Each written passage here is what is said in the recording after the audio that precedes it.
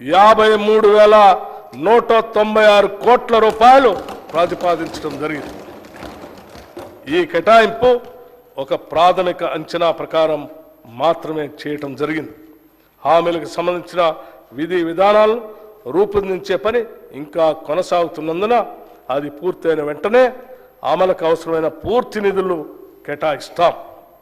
ఎన్నికల ప్రణాళికలో చెప్పిన ప్రతి హామీని నెరవేర్చేందుకు కృతనిశ్చయంతో ఉన్నాం. రైతుల కోసం ప్రకటించిన వరంగల్ డిక్లరేషన్, హైదరాబాద్లో ప్రకటించిన యువ డిక్లరేషన్, చేవెళ్లలో ప్రకటించిన ఎస్సీ ఎస్టీ డిక్లరేషన్, కామారెడ్డిలో ప్రకటించిన బీసీ మైనారిటీ డిక్లరేషన్ అన్నింటినీ ఖచ్చితంగా అమలు చేస్తాం. రాష్ట్రం పారిశ్రామికంగా అభివృద్ధి చెందటం వలన ఎన్నో సమస్యల పరిష్కారం అవుతాయి. లక్షలాది మందికి ఉపాధి అవకాశాలు దొరుకుతాయి. ఉత్పాదకత పెరుగుతుంది. అందుకే తెలంగాణ రాష్ట్రం సత్వర పారిశ్రామిక ప్రగతి సాధించేందుకు అన్ని చర్యలు ప్రారంభించాం. ఈ దిశగానే గౌరవ ముఖ్యమంత్రి శ్రీ రేవంత్ రెడ్డి గారు మరియు మన ఐటీ పరిశ్రమల శాఖ మార్చులు శ్రీ దుద్దిళ్ల శ్రీధర్ బాబు గారు ఇటీవల స్విట్జర్లాండ్లోని దావోస్లో జరిగిన వరల్డ్ ఎకనామిక్ ఫోరం వార్షిక సమావేశంలో పాల్గొన్నారు. మన రాష్ట్రానికి భారీగా పెట్టుబడులు తెచ్చే లక్ష్యంతో పలు పారిశ్రామికవేత్తలతో వరుస సమావేశాలు నిర్వహించారు. తత్ఫలితంగా మన రాష్ట్రానికి దాదాపు 40,000 కోట్ల రూపాయలకు పైబడి పెట్టుబడులు రానున్నాయని ఈ సందర్భంగా చెప్పటానికి సంతోషిస్తున్నాం.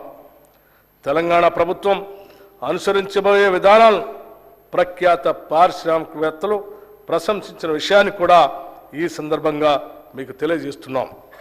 తెలంగాణలో పెట్టుబడులు పెట్టేందుకు అత్యంత సానుకూలత వ్యక్తం కావటం మా పాలనపై ఉన్న నమ్మకానికి నిదర్శనం. ఈ పెట్టుబడుల ద్వారా మన రాష్ట్ర స్థూల ఉత్పత్తి పెరిగి ప్రజలకు సంపద పెరుగుతుంది అనటంలో ఎటువంటి సందేహం లేదు. ప్రజలకు ఉపాధి అవకాశాలు కల్పించడంలో చిన్న మరియు సూక్ష్మ పరిశ్రమలు చాలా పెద్ద పాత్ర పోషిస్తాయి. దాన్ని దృష్టిలో పెట్టుకుని చిన్న మరియు సూక్ష్మ సంస్థలు స్థాపించడానికి వీలుగా క్లస్టర్లని అభివృద్ధి చేస్తాం.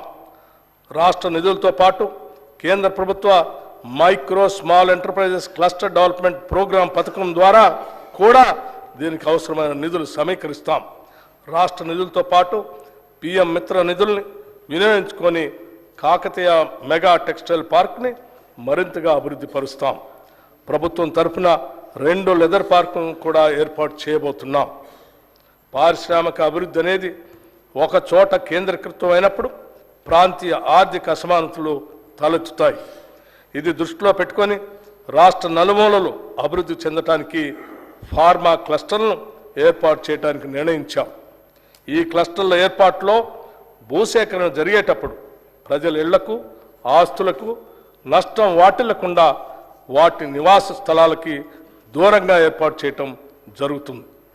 తెలంగాణ రాష్ట్రానికి తీర ప్రాంతం లేదు. అందువల్ల సరుకు రవాణా పోర్టులు అందుబాటులో లేవు. ఈ లోటును భర్తీ చేసుకోవడానికి డ్రై పోర్టులను అందుబాటులోకి తీసుకొని రావడానికి ఒక బృహత్తర ప్రణాళికను రూపొందించాం.